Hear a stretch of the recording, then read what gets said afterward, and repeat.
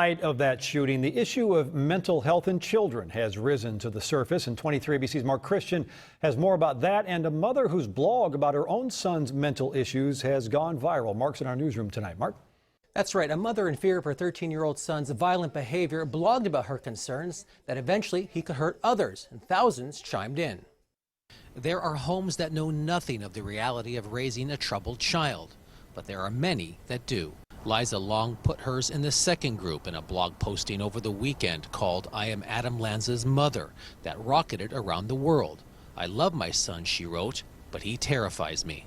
My biggest fear that someday he'll fly into a rage and hurt me or hurt himself. He is mentally ill, Long writes, and has threatened her at times, even pulled a knife on her.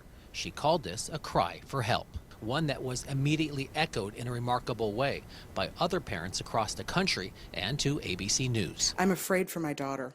I'm fearful for my daughter. I'm fearful for what will happen to her or what will happen to anybody that's around her if she snaps in a public place. It was the tragedy in Connecticut that triggered this fear, parents who are equally concerned about their child's behavior.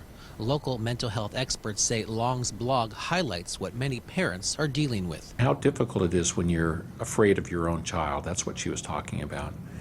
And there are parents out there in our community that are in that very situation. 15 million children in America have some sort of mental health disorder, and parents need to recognize when to reach out for help. When they kind of venture over into the extreme of property damage or starting to act out against other people, that would probably be an important threshold to recognize and to get some help. The Henrietta Weil Child Guidance Clinic has resources for parents dealing with troubled children, but Cappy says parents should seek intervention before too much time passes. Things do go unchecked, of course. Behaviors, children may not learn limitations early on. Those may continue into adulthood. Yet these parents' fears conflict with virtually all expert opinion about the mentally ill.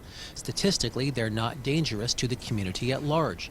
But parents who are overwhelmed sometimes can't help but fearing the worst. I have a lot of 3 or 4 year olds in this building whose parents have been convinced that they're 500-pound gorillas, but to help the parents realize that you can develop skills and even behaviors that do look scary in the beginning, you can see success with those in the end.